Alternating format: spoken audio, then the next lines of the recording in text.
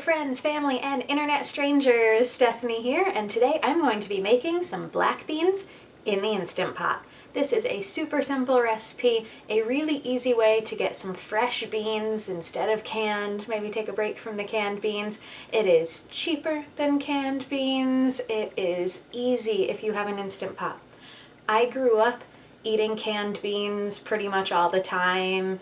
My dad made homemade baked beans a couple times per year. It was something for special occasions only, and I always seemed so difficult soaking them and then boiling them and then simmering them, and I have a whole story I'm going to tell you in a little bit about why it looked just so difficult to me growing up. But even as an adult, I continued to eat canned beans, but my new best friend Instant Pot has taught me how easy it is to make these from scratch, and they're super tasty and really versatile. You can use this as a base for chili, you can use this as something in a rice bowl or in a burrito. I'm gonna eat mine over a baked potato, and it is super simple and super tasty. So let me show you how we're gonna make some black beans in the Instant Pot without soaking them first. I am using green bell pepper and onion to go along with my beans as I cook them. This is not necessary, but I do recommend it. It adds some really nice texture to those black beans. So I use 1 green bell pepper and about half of an onion is what I had on hand to spare. So I dice these up, and once I've got them all diced, I'm going to saute them in the Instant Pot on the saute function. I'm only going to do this for about 5 minutes. I just want to get them slightly translucent and get a little bit of brown on the bottom of that pan, which is going to taste really good once I use the liquid to deglaze that. But I add some spice in here. I add some salt, pepper, cumin, chili powder, and cayenne. I do these by sight to my own personal taste. I don't measure them exactly, but I will put approximate measurements in the description box below with this entire recipe for you if you want to take a look at that and try making these for yourself. I use more chili powder than anything else. I use a little bit of cumin. Salt, you can always add more salt later, so I go pretty easy on the salt to start. Cayenne though, only about 2 shakes of that. Even though I am not going to be soaking these, I do still want to rinse them. So I am using about 1 cup of beans. That will make about 2 cans worth if you were comparing to what you would get out of a can. So I am going to throw these in. I am going to add some veggie stock, about 2 cups. But you want to make sure it's completely submerging the beans because they will soak up a lot of that liquid as they cook. You could also use water. You could also use stock from chicken stock or beef stock. Those are totally fine options as well. And now's the part where I grab all that flavor off the bottom of the pan. So I am scraping that up in with the liquid to get that added bit of flavor. Once that is all mixed up, I put my lid on. I'm going to cook these for 35 minutes on high pressure, followed by a natural release, which will be about 20 minutes. The beans are cooking away in the Instant Pot, and now instead of dance party time, today y'all get story time. Because one of my absolute favorite stories to tell is the time my mother tried to make my father's baked bean recipe for the first time. And what an epic fail it was.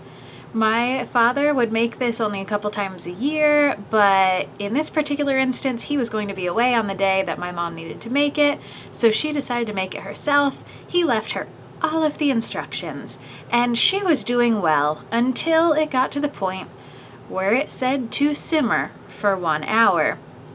At that point, instead, my mother boiled for 1 hour on high. All of the water evaporated, gone out of the pot. The beans burn completely all the way into the pan. The pan is burning. It is smoking. The fire alarm's starting to go off. And my mother's reaction to all of this is to try and get the pan off the stove, which is a logical reaction. But one of the best parts of this whole experience is that instead of putting it in the sink or on any sort of thing that would be able to handle the heat. She put it on the lovely 90s laminate countertop, which then breaks the countertop, bursts it open, and burns it in a house that we were only weeks away from putting on the market to sell.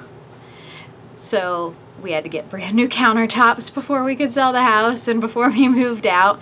And then after she burned it, she grabbed the pot off of it, realizing the mistake and that the smoke alarm is still going off, and chucks the entire pot out the back door of the house. This is why I thought it was so difficult to make beans from scratch from their dried state. It turns out it's really just that my mother could not cook. In the decade plus since then, really it's been almost about 2 decades since this, she has learned to cook. She is a decent cook now, and in a few weeks I am headed home again to spend another couple months there, like I did last year. And in case you're wondering from my previous videos, yeah, I'm driving. Again, it is a lot of driving, but I will take y'all along for that journey when the time comes.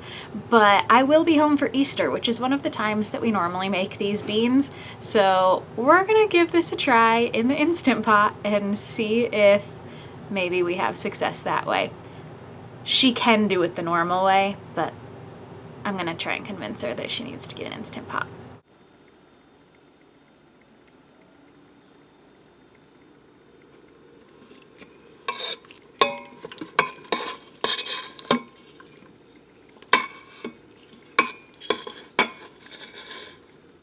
One story, one dance party, and some meal prep for other meals later, I now have my completed black beans out of the Instant Pot.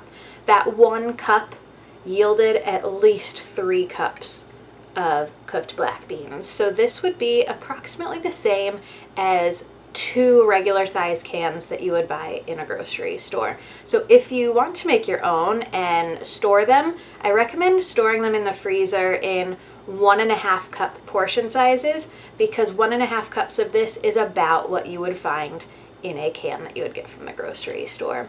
This stores well in the freezer. It also stores well in the refrigerator for a few days. That's what I'm going to be doing with this. I'm not even eating it tonight. I was meal prepping for tomorrow, but this is going to go well on my baked potato for dinner tomorrow night. It's also going to be a great side dish for whatever I have the night after that, and probably a lunch again the day after that. I'll be eating off this for a little bit. If you've ever tried making beans from scratch at home, let me know how it went. If you try this, let me know how that goes as well. Leave a comment. Thanks so much for watching, everyone.